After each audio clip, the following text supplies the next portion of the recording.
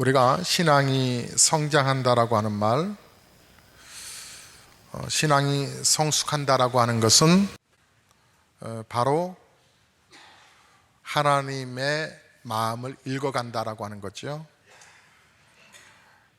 그래서 저분이 신앙이 성장되었어라고 하는 말은, 저분이 신앙이 성숙해라고 하는 말은 저분이 열매 맺는 삶, 즉 하나님의 마음을 기쁘시게 하는 그런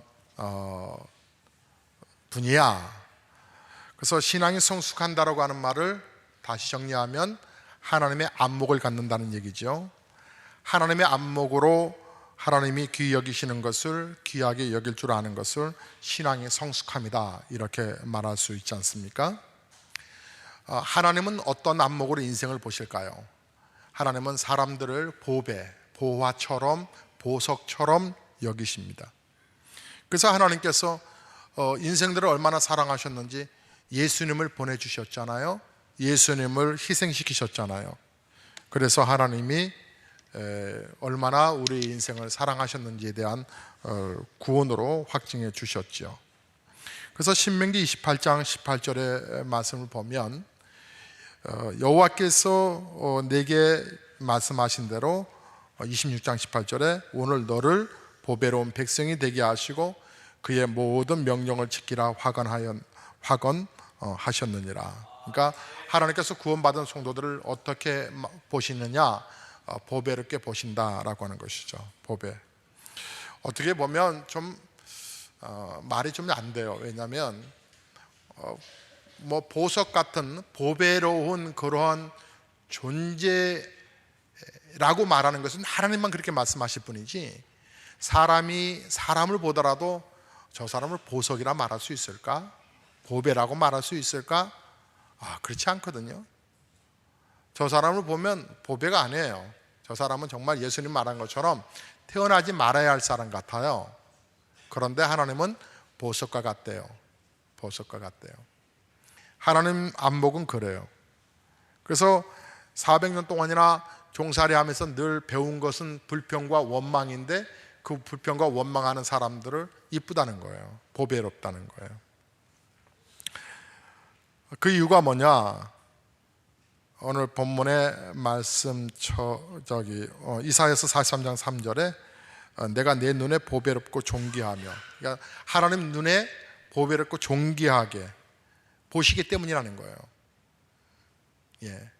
하나님이 존귀하게 보배롭게 보고 있기 때문에 존귀하고 보배로운 백성이라는 거예요. 하나님 눈에 우리가 그처럼 보배롭게 보인다는 거예요. 그래서 하나님의 눈빛을 가장 잘 설명해 준 내용이 오늘 본문의 스바냐서 3장 17절이었죠. 너희 하나님 여호와가 너희 가운데 계시니 그는 구원을 베푸실 전능자시라. 그가 너로 말미암아 즐거이 부르며 기뻐하시리라. 우리를 바라보시면서 즐거워하신대요. 여러분, 자녀 가운데 보면 막 스트레스 받는 분 계세요? 자녀가 속 썩여서 그래도 그 자녀 잠든 모습 보면 사랑스럽잖아요. 고맙잖아요. 그래야 되는 거예요. 하나님이 그러신다는 거예요. 하나님의 눈빛이에요. 우리를 바라보시고 잠잠히 사랑하시고, 그래서 여러분, 사랑하게 되면 눈빛이 달라져요. 정말 달라져요. 사랑하면 눈빛이 달라지고 아름다운 점들이 드러나기 시작해요. 하나님이 그렇게 우리를 바라보세요. 그런데 우리가 하나님이 그렇게 사랑스러운 눈빛으로 보신다 할지라도 우리가 잘 믿지 않아요. 왜냐하면 우리가 성장할 때 그런 따뜻한 사랑을 받고 자라지 않았거든요. 우리가 성장하는 과정 속에서 그런 따뜻한, 물론 그런 눈빛 속에 자란 분들도 있겠지만, 대체적으로 격동기 시대에 그냥 스스로 자랐어요. 때로는 따뜻한 눈빛이 아니라 눈총을 받으며 살았어요.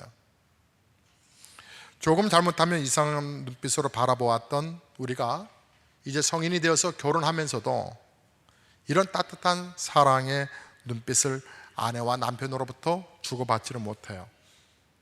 그래서 하나님이 우리를 이처럼 보배롭게 귀하게 여기신다라고 말씀하셔도 피부로 잘 안 와닿는 거예요. 왜냐하면 그런 경험이 없었기 때문에. 그래서 어떤 분은 하나님을 아버지라 고백하고 기도하는 게 그렇게 어렵대요. 왜 어렵냐 하니까 아버지로부터 받은 상처가 있어서 아버지라고 하는 말이, 하나님 아버지라고 하는 말이 안 나오더라는 거죠. 상처는 이처럼 하나님 앞에 하나님이 우리를 사랑을 이렇게 말씀하셔도 이렇게 견제하고 그런 내가 상처로 인해서 하나님의 사랑 속에 더 깊이 들어가지 못하는 경우가 있어요. 그래서 유영만 교수가 체인지라고 하는 책에서 눈총과 눈빛에 관한 이야기를, 눈총은 불신의 신호이지만 눈빛은 신뢰의 상징이라고 말을 했잖아요. 그래서 눈총만 받고 자란 사람은 성인이 되어서도 타인을 잘 믿지 못하고 늘 의심하는, 하지만 부모에게서 신뢰와 또 선생님에게 신뢰를 받고 자란 자녀는 어른이 되어서도 믿음직한 인간관계를 유지해 간다잖아요. 손해가 있어도. 그래서 사람의 이렇게 눈빛을 보면 심기, 마음의 심리 상태를 알 수 있죠. 그 눈빛이 싸나우면 마음이 복잡하다는 거예요. 날카롭게 느껴지면 복잡하다는 거예요.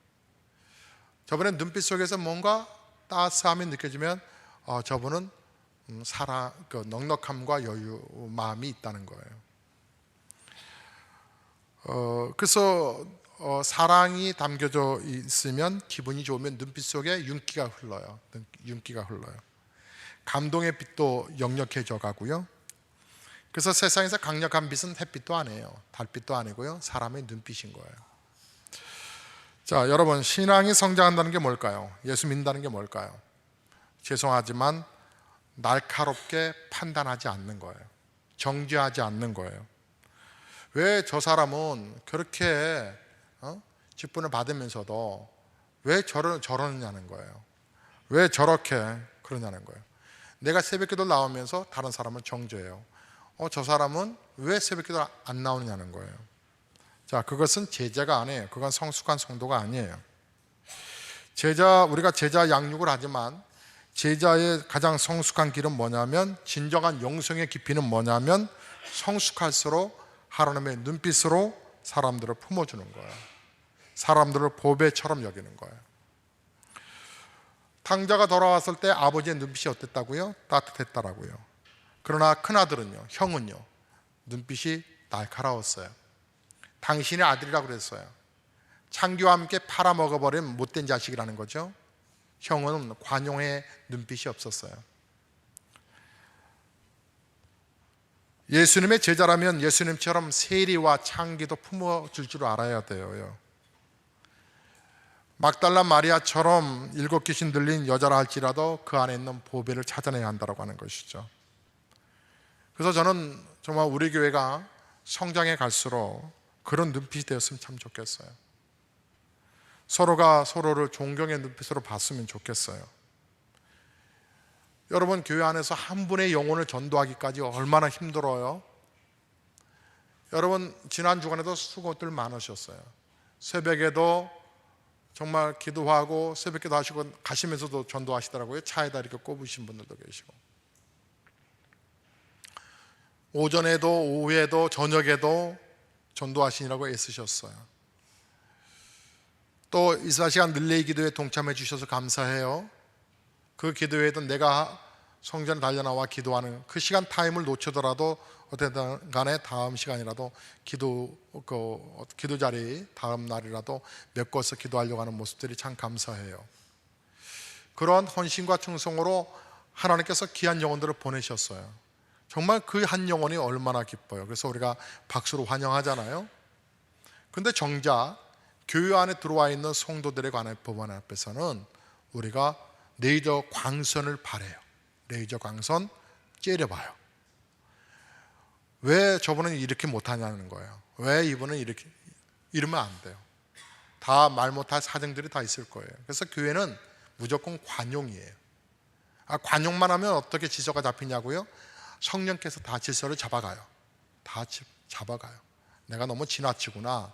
하나님께서 다 알게 하세요. 저는 그래서 우리가 블레싱데이 전도를 하는 것은 하나님의 안목으로 세상 사람들을 보자는 거예요. 왜냐하면 첫 번째 블레싱데이는 하나님의 형상대로 지음받았기 때문에 인간의 보배를 찾는 날이기 때문에 그렇다는 거예요.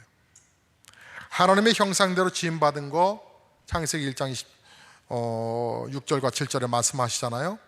하나님이 만드셨다는 거예요. 하나님이 만드신 거, 하나님께서 만든 피조물, 그게 바로 우리라는 거예요. 우리. 하나님께서 이처럼 우리를 하나님의 형상으로 만드셨기 때문에 하나님의 자녀들을 찾아 나서는 거예요. 하나님의 형상으로 만들지 아니하셨으면 하나님이 굳이 인간을 동물, 짐승 취급도 하실 수 있으셨겠죠. 근데 하나님의 형상으로 만드셨기 때문에 하나님은 내 것이라 그러셨어요. 창세기 2장 7절에도 하나님께서 그 코에 생명을 넣었다 그랬어요. 하나님의 영을 불어넣었다고 그랬어요. 하나님의 형상으로 만드시고 하나님의 생명을 불어넣었다고 그래요. 그래서 하나님은 보배롭다라고 얘기하는 거예요. 보배롭다. 그 사람을 찾는 거예요. 다윗이 나중에 깨달았거든요. 하나님, 내가 주께 감사없는 것은 나를 지으심이 힘이 기묘하심이다. 놀랍다라고 하는 얘기죠. 기적입니다 라고 하는 얘기죠. 주께서 하시는 일이 기이하면 내 영혼이 잘 압니다 라고 고백을 했어요. 하나님이 우리 사람을 만드신 거 참 기가 막히게 만들었어요. 여러분의 보시기에는 좀 마음이 안 들으실지 몰라요. 형상이 여러분 어떤 표준이라는 게 사실 없어요. 시대마다 달라요. 여러분 미인의 기준도 달라요. 정말 달라요. 조선시대 때 또 30년 전에 미인의 기준이 달라요. 오늘날의 미 기준이 다르죠. 그런데 또다시 돌아갈 거예요. 또다시. 왜요? 사람의 기준이기 때문에 그래요. 근데 하나님의 기준은 그건 상관없어요. 그 사람의 얼굴이 어떻든지 그래 상관없어요. 하나님은 다 쓰임새 있게 만드셨거든요. 외형 지향주의 시대이긴 하지만 하나님은 그것을 그렇게 보지 않아요. 그 속에 사람 속에 담겨있는 형상을 보는 거예요. 그 속에 있는 영을 보는 거예요. 저 영이 아름다우냐 아름답지 않느냐, 하나님의 영으로 회복됐느냐 그렇지 않느냐 이렇게 보시는 거죠. 그래서 우리가 조심해야 돼요. 사람에 대해서 함부로 평가하는 것에 대해서 정말 조심해야 돼요. 그 속에 영을 찾아야 되는 거예요. 영을. 그 영을 보시는 거죠. 육신은 다 여러분 나이 들어보세요. 70세 넘으신 할머니들 얼굴 한번 보세요. 그 얼굴이 그 얼굴이에요. 거의 비슷해요. 얼굴들만 한번 보세요. 외문세 말고 얼굴들만 한번 보세요. 얼굴들 보시면 그 할머니가 그 할머니예요. 그래서 젊었을 때 아무리 팩을 많이 해도 70 넘어가면요 목주름 생기고요, 목주름 피겠다고 할 필요 없어요. 피는 방법 간단하게 말씀드렸지만 그것도 한계가 있어요. 70 넘어가면 굵게 잡혀져요. 주름이 굵게. 결국은 뭐예요? 얼굴이 다 똑같다는 거예요. 우리의 그 남자들 그 넥타이도 돌고 돌아요. 벚꽃풍이에요. 얇아졌다가 넓어졌다가 또 툼툼해졌다가 돌고 돌아요. 옷들도 그래요. 그런 것처럼 미의 기준도 마찬가지예요. 그러니까 미의 기준으로 사람 바라볼 필요 없어요. 중요한 게 뭐예요? 하나님의 형상이라고 하는 것이죠. 하나님의 형상. 하나님의 형상이 그 안에 있느냐 없느냐는 거예요. 자, 블레싱 데이는 예수님의 보배로운 피로 구속함을 받았기 때문에 받을 수 있기 때문에 받게끔 하기 위해서 보배를 찾아 나서자라고 하는 거죠. 사람이 보배라고 하는 거예요. 성경은 딱 두 마디예요. 창조와 구속이에요. 구속. 그냥 묶는다는 게 아니라 그저 올리다라고 하는 뜻이에요. 하나님이 창조한 인간이 죄를 지었어요. 하나님 슬퍼하셨어요. 하지만 하나님께서는 그거로 내버려 두지 아니하셨어요. 예수님의 피를 흘려서 그 죄값을 해결하게 만드셨어요. 이 피라고 하는 것이 참 중요해요. 피의 대가가 있어야 돼요. 유월절도 바로 피의 사건이잖아요. 성막도 성전도 피의 제사 예물 드리는 거예요. 피는 희생이잖아요. 그래서 베드로전서 1장 18절과 19절에 너희가 알거니와 너희 조상이 물려준 헛된 행실에서 대속함을 받은 것은 은이나 금같이 없어질 것으로 된 것이 아니요 오직 흠없고 점없는 어린 양 같은 그리스도의 보배로운 피로 된 것이니라. 우리가 구원받은 게 뭐 때문이라고요? 보배로운 예수 피라는 거예요. 하나님이 왜 우리를 사랑하실까? 왜 우리를 만드셨을까? 하나님의 영광을 드러내기 위함인데 그 형상이 깨져버린 거예요. 그래서 너무 하나님이 안타까우셨어요. 그래서 핏값을 치르세요. 누굴요? 예수 그리스도의 핏값을요. 그래서 우리를 구속하셨다고요. 내가 만들었고 또 내가 너를 구속했기 때문에 너는 내 것이라고 하는 거죠. 내 거야 라고 하는 거예요. 우리가 뭔가 대가를 지불하고 사면 내 거라고 그러잖아요. 그래서 하나님은 너는 내 거라 이렇게 주장하시는 거예요. 내 거를 찾아오라는 거예요.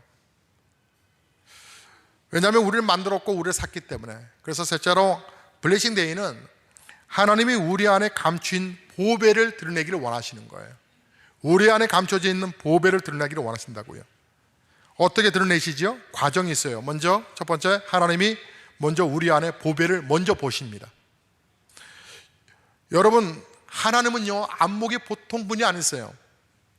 처음에 베드로가 예수님을 찾아왔을 때 그 당시는 그의 이름이 시몬이었거든요. 시몬은 흔들리는 갈대와 같다라고 하는 뜻이 있어요. 예수님이 하지만 그를 보신 거예요. 그의 속을 본 거예요. 장차 이 사람은 반석같이 우뚝 쓸 사람이라는 걸 알았어요. 그래서 초대교회의 교황을 천주교에서는 베드로라 그러잖아요. 베드로 성당, 베드로. 사람이 사람을 낚는 어부가 될 것이라고 이렇게 예수님은 흔들리는 갈대와 같았던 그를 그렇게 보셨어요. 요한복음 1장 42절에 예수께서 보시고 이르시되 내가 요한의 아들 시몬이니 장차 게바라 하리라 하시니라. 게바는 번역하면 베드로라. 베드로라고 하는 뜻의 이름이 반석이다 라고 하는 반석. 그 안에 있는 놀라운 보석을 보신 거죠.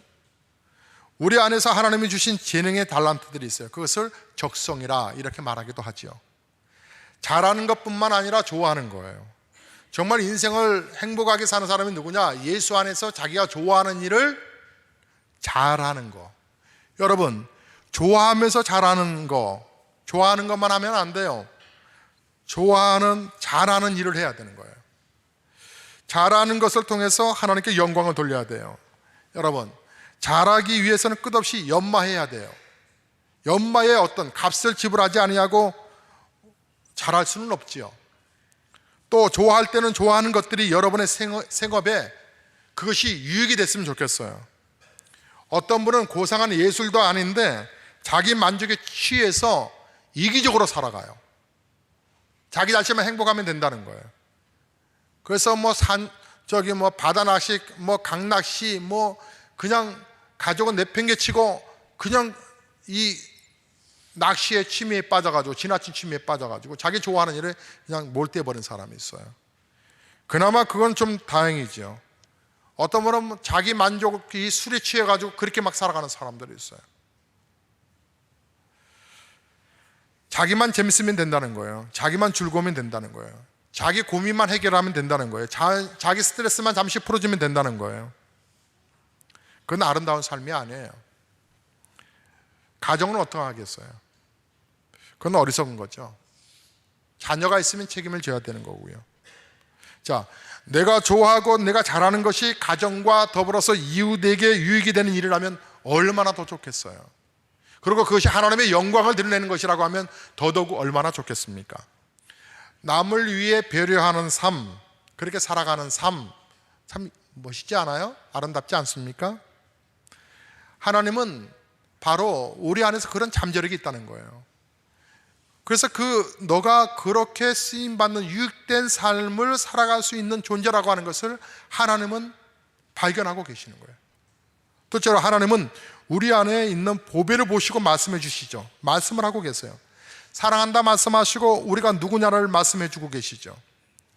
이사야서 43장 4절에 뭐라고 그랬어요? 내가 내 눈에 보배롭고 존귀하며 내가 너를 사랑하였은즉 내가 내 대신 사람들을 내어주며 백성들이 내 생명을 대신하리니. 너가 보배롭다라고 하나님이 말씀하세요. 그런데 보배롭다라고 누군가 말해주는데 하나님께서 직접 우리에게 지금 말씀하세요. 너는 보배야, 이렇게 말을 해요. 목사의 설교를 통해서 지금 하나님이 말씀하시는 거예요. 하나님의 뜻을 목사가 지금 전하는 거예요. 우리가 보배롭대요. 여러분, 그래서 설교가 중요한 거예요. 우리 스승이 중요하고 그래서 부모의 가르침이 중요한 거예요. 말하잖아요. 너는 보배야, 보배야. 또 성경은 계속해서 우리를 존귀하다라고 말씀하세요. 여러분, 우리 자신에게 너는 보배다, 나는 보배야, 그리고 다른 사람들이 나를 향하여서 너는 보배로워, 넌 보배로운 성도야 라고 말해주는 세 사람만 있으면요, 자존감이 확 올라간대요. 그러면은 절대로 인생 포기하지 않는데요.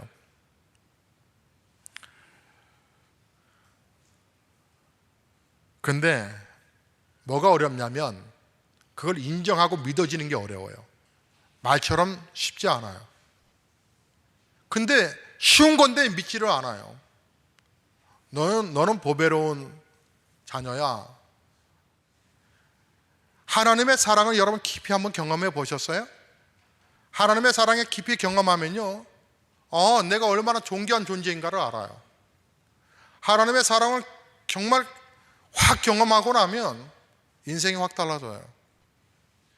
하나님이 나 자신을 보배라 그러는데 내가 어디 간들 걱정이 되겠어요? 군대 간들, 어디 외국을 나간들 걱정할 거 없어요. 왜요? 나는 하나님의 보배거든요. 하나님이 말씀하시는 거예요. 너는 내 보배다, 보배다. 나는 예수 믿고 죄인이라고 그렇게 생각했는데 하나님은 자녀라고 말씀하세요. 거룩한 백성이라고, 하나님의 소유된 백성이라고 말씀하세요. 이걸 믿는 걸 믿음이라고 그러고 이걸 믿는 걸 용기라 하는 거예요. 용기라 하는 거. 셋째로 하나님은 우리 안에 보배를 교육과 교훈을 통해서 빛나게 해주십니다. 여러분, 다이아몬드를 연구해 보니까 다이아몬드 원석은요 그렇게 아름답지 않다고 그래요. 그렇지만 세공을 하니까 놀라운 건데요, 이제 세공 기술이 참 위대한 건데 그 기술이 보통 어려운 게 아니라고 그래요. 초기에 다이아몬드 상인들이요 8면체의 다이아몬드 원석을 가공하지 않은 채 그렇게 팔았다고 그래요. 그런데 세공의 가치를 발견하면서 그들은 다이아몬드의 캐럿의 그람수가 이제 줄어드니까 캐럿을 희생을 감수하면서 이 8면체의 모형을 선택하는 모험을 시작했다고 합니다. 보석의 겉면에 최대한 많은 빛을 받아들이고 수많이 그 빛들을 받아들이면서 이렇게 퍼져갈 수 있도록, 그것이 다른 광선으로 다시 퍼져갈 수 있도록 자르고 연마하는 커팅 기술을 발전시켜 나갔다는 거예요. 기술이 발전할수록 다이아몬드 가치도 함께 오르게 되었답니다. 초창기 당시만 해도 다이아몬드 가격은 무게 단위인 캐럿만으로 결정되었기 때문에 원석을 절단하고 갉아낸다라고 하는 것은 캐럿의 감소고, 즉 엄청난 금전적 손실을 감수하는 모험이었다라고 그래요. 이스라엘 백성들을 보십시오. 종들을 하나님께서 만드시는데 무엇을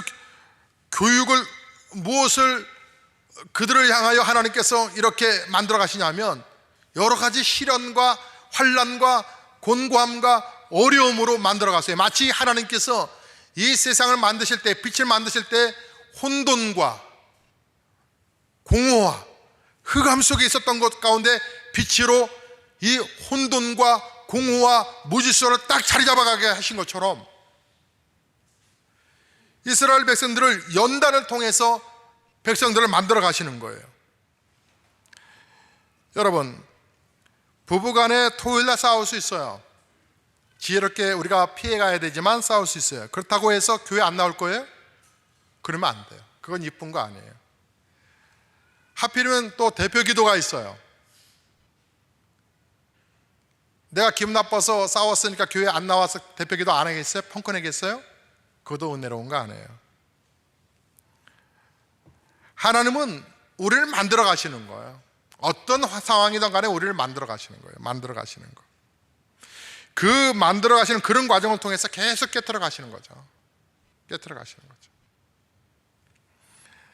그래서 하나님은 교육과 이 훈련을 통해서 우리 보배롭게 만들어 가신다는 거. 하나님 왜 나를 이렇게 연단시키시냐고? 아니에요. 하나님이 만들어 가신 작업이에요. 넷째로 하나님은 하나님의 빛을 받을 때 우리 안에 보배는 빛을 발합니다. 인간은요 스스로 빛을 만들어내지 못해요. 하나님의 빛을 받아야 되거든요. 다이아몬드가 그냥 두면 별 가치가 없어요. 빛을 비춰야 하는데 전문 용어로 그것을 파이어라고 말한답니다. 이 블리니 언트 커트라고 하는 건데요. 블리니 언트 커트라고 하는 건데 그 커팅에 통해서 이 다이아몬드가 아주 정교하게 깎여져서 다이아몬드에 그 입사된 이 광선이 결정체 안에서 분산되면서 치밀하게 개선된 통로를 따라서 다시 표면으로 되돌아가게 하는 그런 것을 한다는 거예요.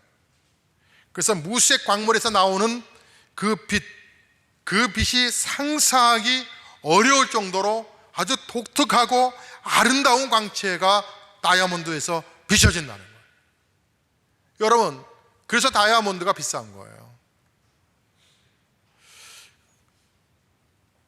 깎여져야 빛이 반사된다는 거예요.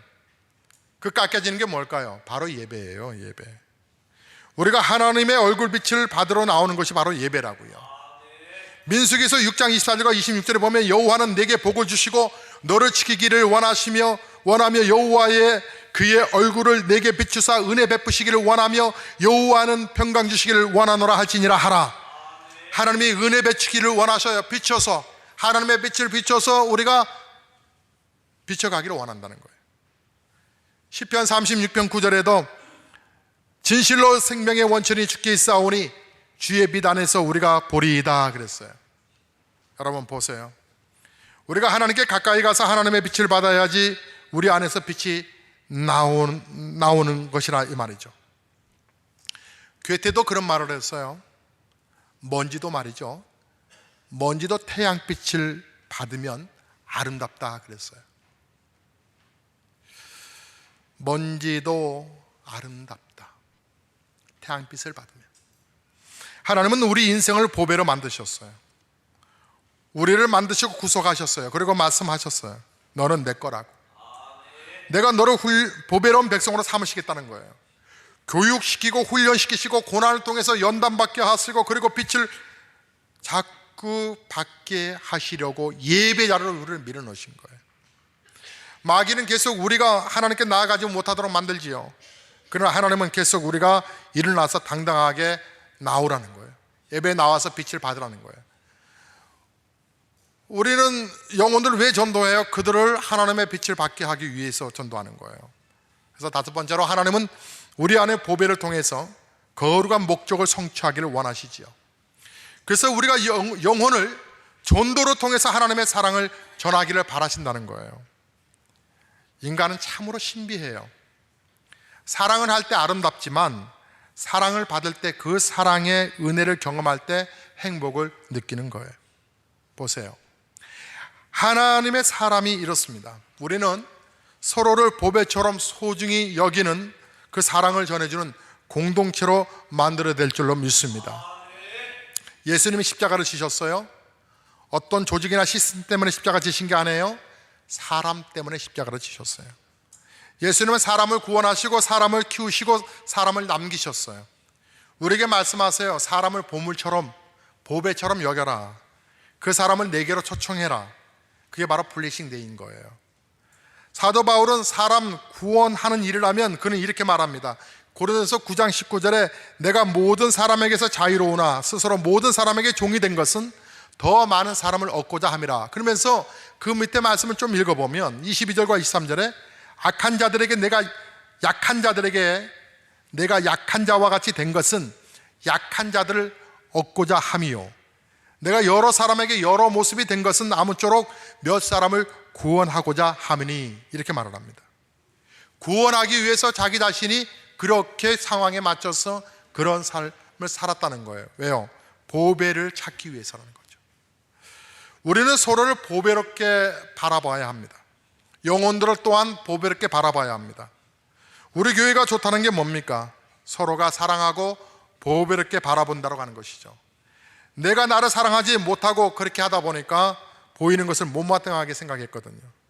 그러나 주님의 마음을 알아가기 시작하면서 우리는 성숙한 신앙으로 올라가게 되는 거죠. 자, 차가운 눈빛이 우리를 만들어가는 게 아니에요. 우리가 턱 던지는 말 한마디, 이 같은 것들이 아픔을 주는 거예요. 그래서 우리는 칭찬해야 되는 거예요. 남편을 칭찬할래도 칭찬할 것이 없다라고 말하지 마세요. 자세히 보시면 여러분이 사랑해서 결혼을 했잖아요. 그래서 칭찬할 때가 있어요. 우리가 사실 하나님이 우리를 바라보실 때 칭찬할 게 있어서 칭찬하셨을까요? 안 해요. 우리가 죄인인데 무슨 칭찬받을 만해요? 근데 그걸 받아들이는 거예요. 그걸 용기라 하는 거예요. 하나님 알겠습니다. 그래서 함부로 사람에 대해서 평가하지 않아요. 자, 성숙하다는 게 뭐라고요? 하나님의 안목으로 세상을 바라보는 거라고요. 그래서 사랑하는 성도 여러분, 다음 주가 블레싱 데이입니다. 다음 주에 사무 예배 때 여러분 어떤 분을 교회로 초청하시겠습니까? 주보에 여러분 초청장을 드렸습니다. 2장씩 드렸는데 부족한 분은 그 로비에서 더 많이 가져가셨으면 좋겠습니다. 승낙서도 받으십시오. 그래서 다음 주에 2분 이상씩을 초청하십시오. 그리고 꼭 한 분을 등록해 보십시오. 등록시켜 보십시오. 여러분 기쁨이 좀 남다르실 겁니다.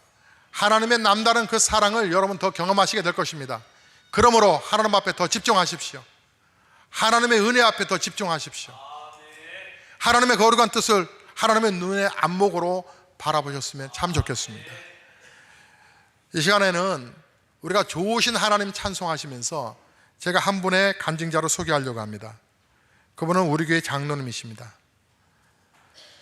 유한수 장로님의 간증을 듣고 우리 다음 시간을 이어가도록 하겠습니다. 우리 좋으신 하나님 찬송하시겠습니다.